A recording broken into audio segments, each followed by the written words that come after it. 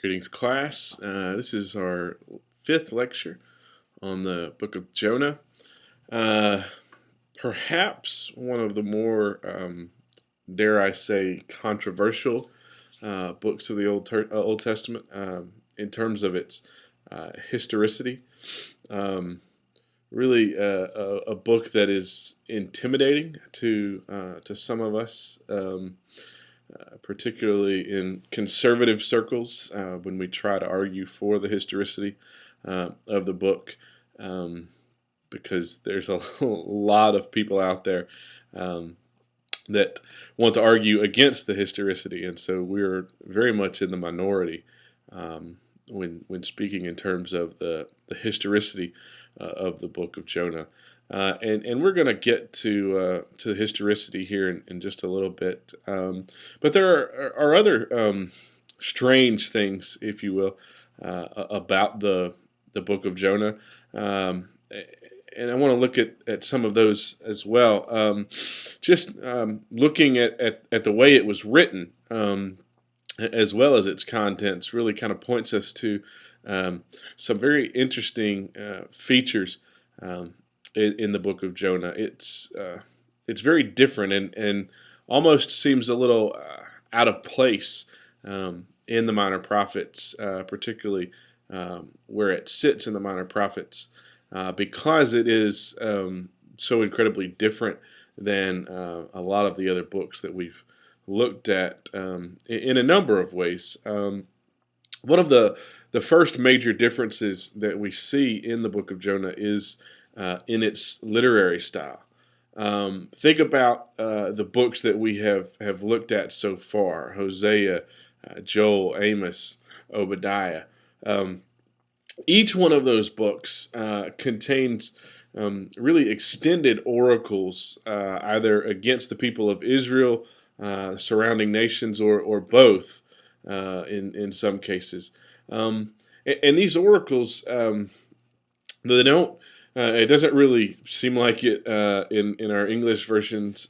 These are actually written in a poetic style, a Hebrew poetic verse, and it doesn't really translate well. And it's not a Hebrew class here, so we're not really going to get into Hebrew poetics and poetry, particularly since it's really hard to define with any real brevity. I mean, it's a lengthy subject, and a lot of lengthy books have been written on Hebrew poetry and poetics, and so we're not really going to get into that. But I did want to let you guys know, if you don't know already, if I haven't mentioned this before, the majority of the prophetic oracles that we see in the Old Testament prophetic books were written in a form of Hebrew poetry. And so, what is the other literary category that we have besides poetry? Well, it's prose or narrative. A narrative is essentially the telling of a story. I mean, when we tell a story, we're telling a narrative. When we read about God's creative activity in Genesis 1, we're reading narrative. When we read the story of the Exodus or of the Judges or read Ruth, we're reading Hebrew narrative. It's a progression of a story.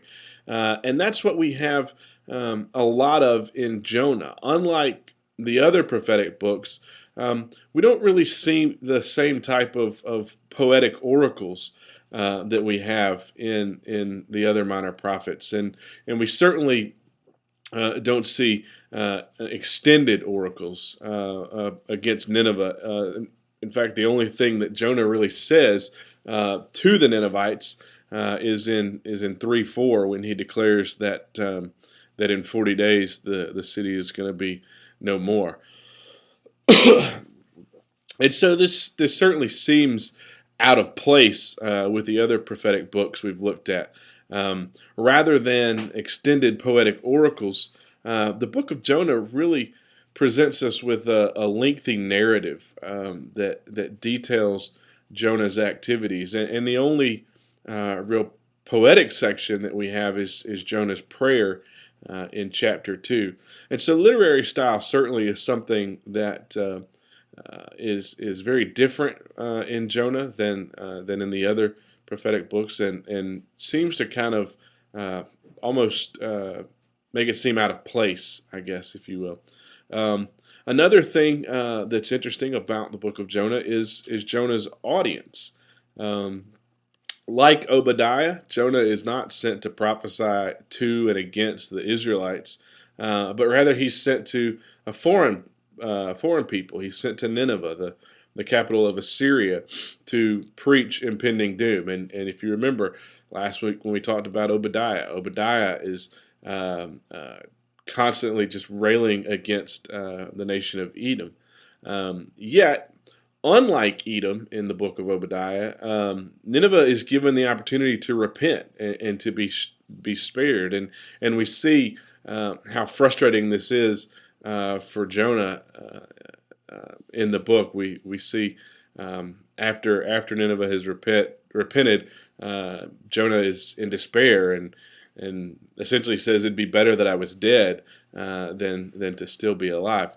And so, in some regards, Jonah is like Obadiah in that he's sent to prophesy against a foreign nation, but in other regards, because Nineveh is given the chance to repent and to be spared, it's very different from the book of Obadiah. And so here again is another interesting feature that really separates Jonah from the rest of the minor prophets. Another distinctive feature of the book of Jonah is its historicity, or lack thereof, according to a number of scholars. There are a variety of ways that people have chosen to read the book of Jonah, and we'll get into a few of those later on. But for the time being, I want us to just be able to see how different and how seemingly out of place the book of Jonah is within the minor prophets. In fact, one of the interesting things in Jonah, or not in Jonah, is the fact that the Hebrew word for prophet, navi, doesn't even occur in the book of Jonah. We're told in 2 Kings 14:25 that Jonah was a prophet, and we can infer from Jonah 1:1, which uses this prophetic oracle, the word of the Lord came to Jonah. We can infer from this that Jonah was in fact a prophet, but nowhere in the book is he specifically labeled a prophet. And so just an interesting sidebar there. For the remainder of the time, I want us to just go over a few details regarding the book of Jonah. We're not really going to get into the text itself so much, because I expect that you all have, or at least will have, read the book of Jonah before you take the quiz, and hopefully consulted the class notes that kind of help walk you through the text itself. But there are a few interesting notes that I think we can take away from the book of Jonah, and so I want to just to go through some of those. The first thing I want us to look at, as usual, is the dating of the book of Jonah. The date and authorship of Jonah are among the most widely contested in the entire Hebrew Bible. We know, based on the reference in 2 Kings 14, that Jonah lived and prophesied most likely during the reign of Jeroboam II in Israel. And hopefully you remember the dates of Jeroboam II, 783 to 742-ish. And this has led many to date the prophetic activity of Jonah to around 760 BC. And I think that's what you have in the class notes on Blackboard, is the date of 760 BC. And this certainly would seem to fit well with what's going on in Assyria at the time. During the reign of Adad-Nirari in Assyria, we see a kind of revival going on that has often been connected with the Assyrian god Nabu, or Nebo, depending on what source you read. Then between about 765 and 759 BC, there's a great famine in Assyria, which really greatly diminishes her population and her power, and so Assyria is kind of shrinking and falling away from the political scene of power. We also, interestingly enough, we have Assyrian records that indicate a great solar eclipse that occurred during the year 763 BC. In 1867, actually, Sir Henry Rawlinson dated the eclipse to precisely June 15th, 763. So that was kind of interesting.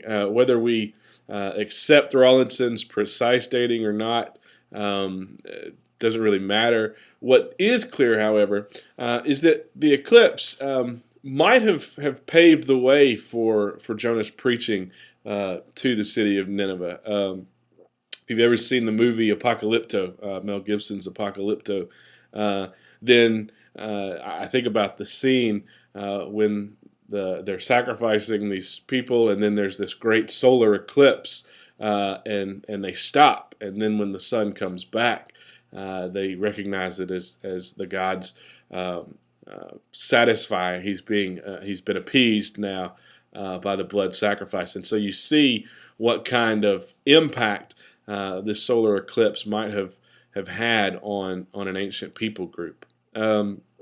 So sometime during the mid 8th century is the generally accepted date for Jonah and for the writing of the book of Jonah by conservatives. However, most modern commentators argue for a date significantly later than the 8th century. And one of the things that you have to remember when we talk about modern commentators, most of them are to the left of conservative evangelical Christians. Not that they're all liberal, not that they're all evil and condemned, but to the left of conservative evangelicals is probably the best way to say that. And the prevailing viewpoint, really, among these modern commentators is that the Book of Jonah is a post-exilic publication, though some still argue that it should be dated to the time of the exile during the Persian period. Most place the book sometime between the exile and the writing of the Ezra-Nehemiah corpus, mid to early 5th century for Ezra-Nehemiah, probably mid to late 5th century. I'm sorry. There are those, however, that even argue for a date as late as the 3rd century BC. I think that's completely untenable.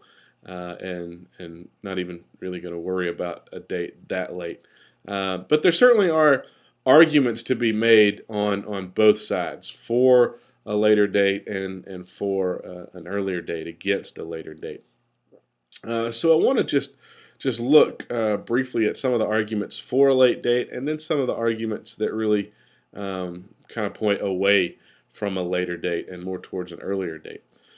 The book itself makes no claims to have been written by Jonah, and this is really a big sticking point for a lot of modern scholars, because the book itself references Jonah in the 3rd person, and nowhere in the book does Jonah claim to be the author of the book, nor does the book itself make any claims to have been written by Jonah. So that's kind of a big sticking point, and really points people away from Jonah as the author, is that there's no specific mention of Jonah as the author.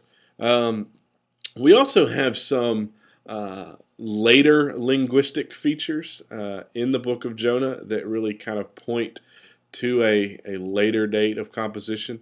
First of all, there are a number of Aramaisms, using Aramaic in Jonah, or Aramaic idioms, which we wouldn't really expect to see until the Babylonian and Persian periods, probably at the earliest. Maybe late Assyrian, but certainly not mid 8th century. You wouldn't expect to find these same kind of Aramaic idioms, if you will.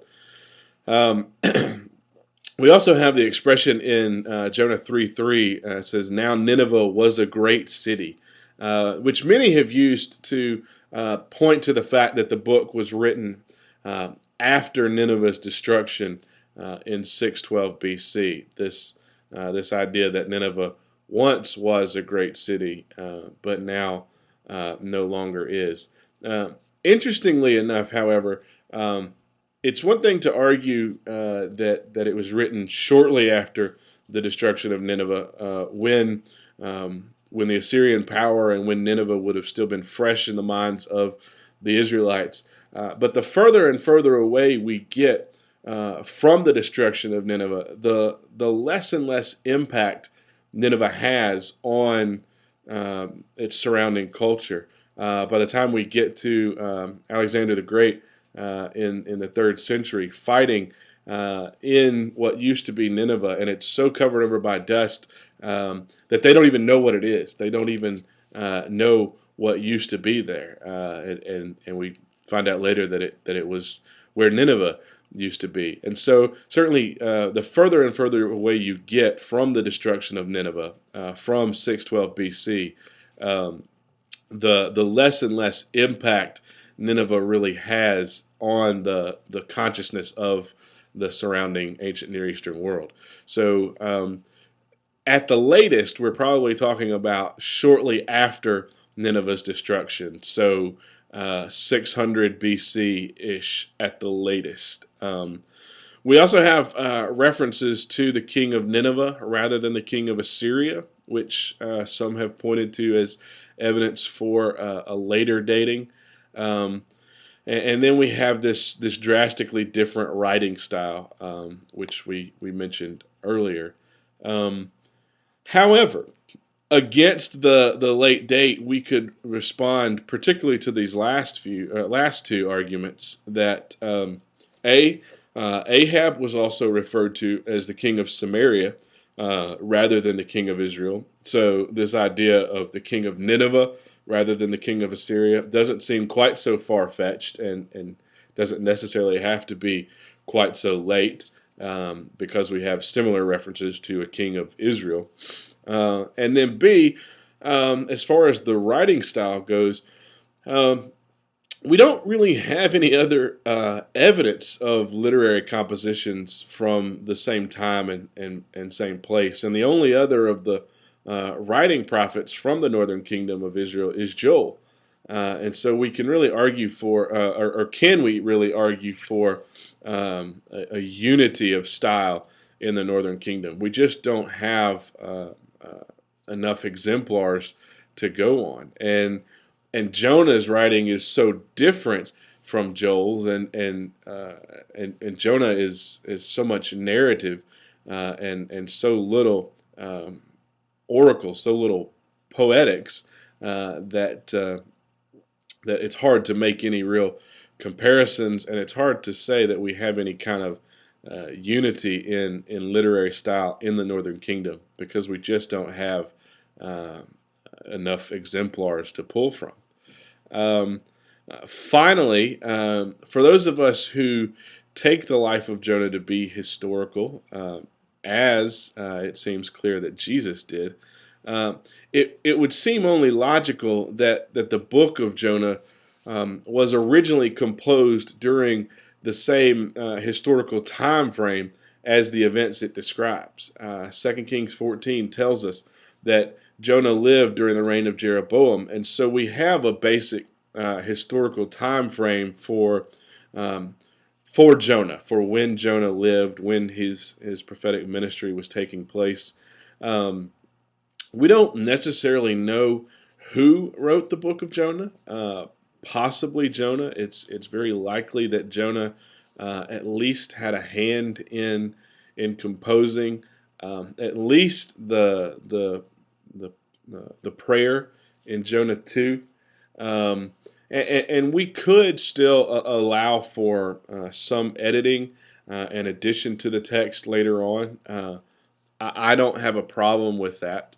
Um, but the basic content of the book of Jonah, in its historical framework, was probably most likely written around the same time as the historical events occurred. So mid 8th century BC, we at least have the basis for the book of Jonah.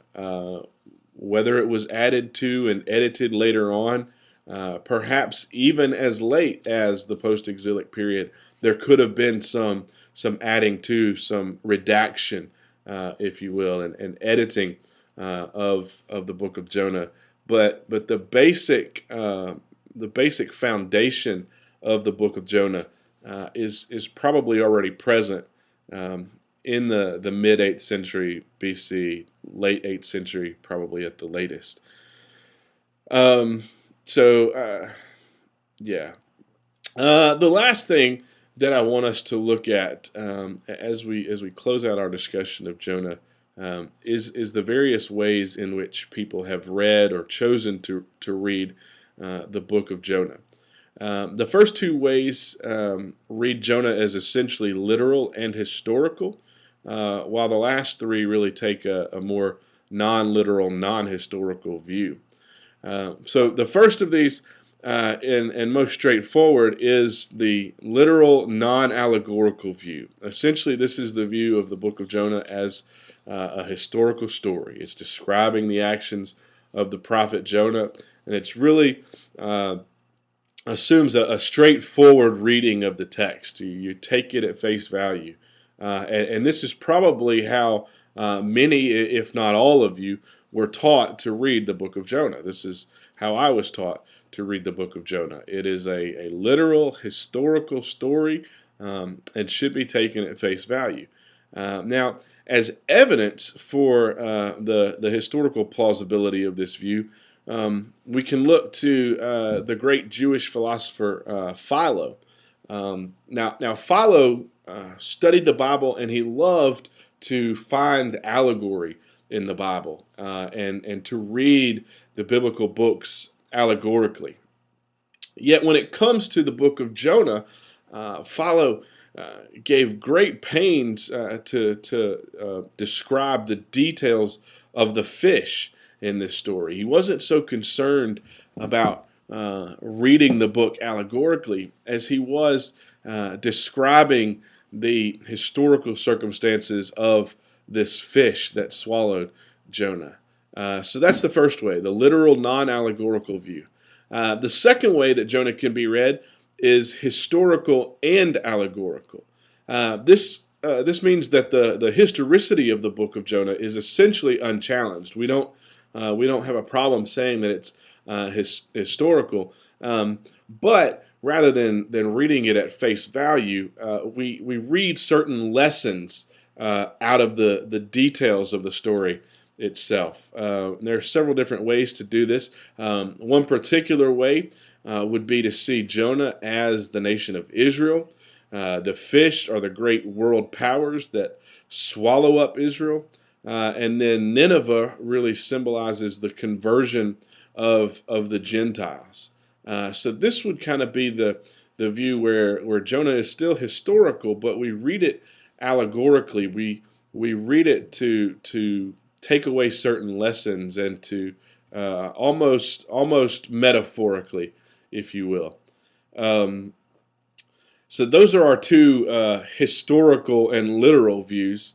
But then we get into our non-historical, non-literal views, and this is where a lot of modern commentators find themselves, and a lot of our more liberal brethren find themselves. The first of these three ways is to read Jonah simply as pure fiction, nothing else. It's neither historical nor allegorical, but it's just a short story of fiction, and that's pretty simplistic, pretty straightforward, but pretty hard for a lot of us evangelicals to swallow. That we would have a purely fictitious story in our Bible. The fourth way to read Jonah, and probably the way that you guys are most familiar with outside of your own way of reading Jonah, is as mythology. We see a number of parallels in Greek mythology, where Greek heroes and heroines are delivered from great sea monsters, and so many scholars want to put Jonah in this same category as the Greek myths, primarily because of the miraculous features contained in the book of Jonah, not the least of which is Jonah being swallowed up by the great fish and then released 3 days later. Such miraculous events are often denied by all but conservative scholars. Conservatives usually are the only ones who are willing to allow miracles. And so because these miraculous events are denied, then the story itself is attributed to the same genre, the same category as other mythical writings and stories. And so a lot of scholars out there see Jonah as very similar to these Greek myths that we see. And actually, when you think about historical time frame for Jonah, Homer is writing mid 8th century, the Odyssey, the Iliad, mid 8th century BC, and so scholars are not as off as we might think in trying to put these together, because certainly Greek mythology is being shaped at this same time, and Greek storytelling, and so it seems to a lot of these modern scholars that the biblical writers might have been heavily influenced and doing some of the same things, writing mythology. So fiction, mythology. The final way to read the book of Jonah in a non-historical, non-literal context as a whole is as a purely symbolic story with no real historical merit. We can read it either allegorically or parabolic, as a parable. As an allegory, as we mentioned earlier, the reader would focus on the details of the story.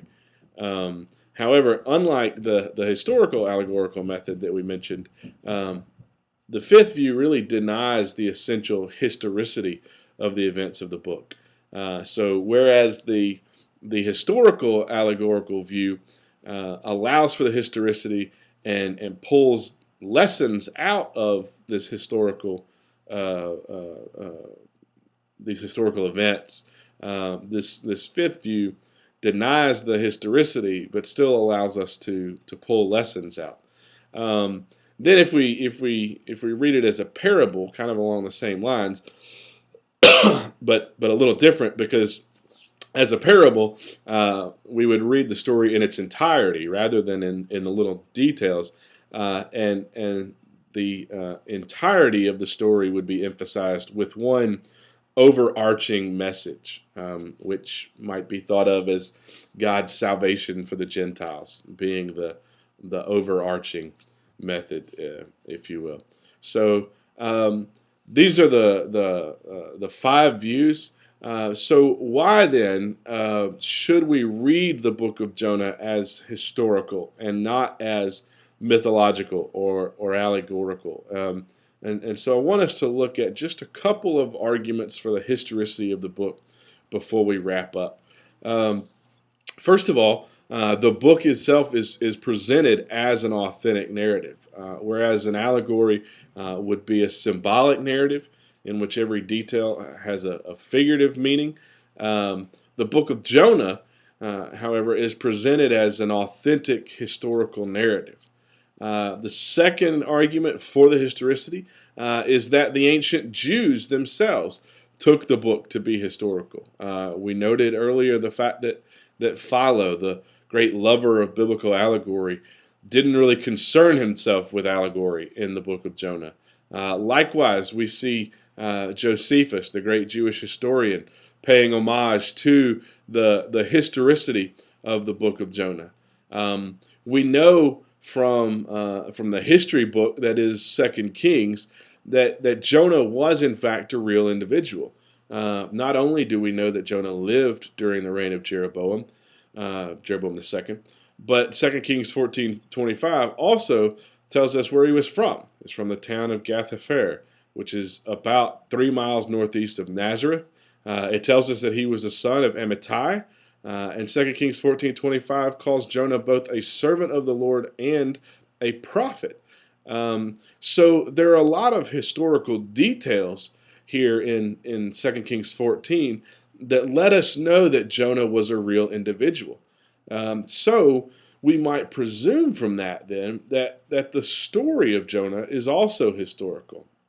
And by the way, for those of us who believe in the miraculous, accepting the historicity of Jonah is a lot easier than for those who do not believe in miracles.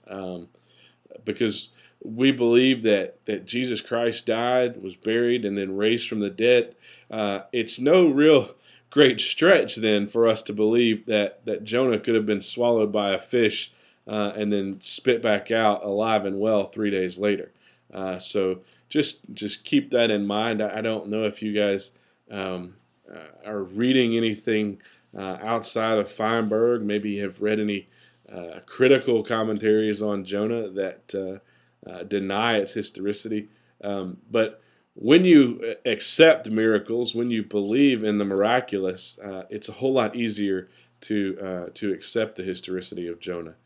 And then lastly, we know from Matthew 12 and Luke 11 that Jesus accepted the historicity of the book of Jonah. And so for those of us who believe that Jesus was the physical manifestation of God in bodily form, it certainly makes it a lot easier to accept Jonah as historical. It begs the question, if God himself pointed to the story of Jonah as a historical account, then who are we to deny its historicity? So I want to close this lecture out just with one final thought regarding the miracles we see in Jonah, because we've discussed miracles over the last couple of minutes, and so I want to ask this question of you, and I want you to think about this. You might even want to pause the video and think about it. Probably not, but if you did, feel free. What is the least perceivable, the least obvious miracle that we have in the book of Jonah? We have a lot of miraculous things going on in the book of Jonah. What is the least perceivable? And likely as not, most of you probably never even thought about this before. I had not until just recently. When we look at Jonah, Jonah reluctantly proclaims the message of God to the people of Nineveh. He was upset with God. He did not want to go. We see that in chapter 1 and in 4:2.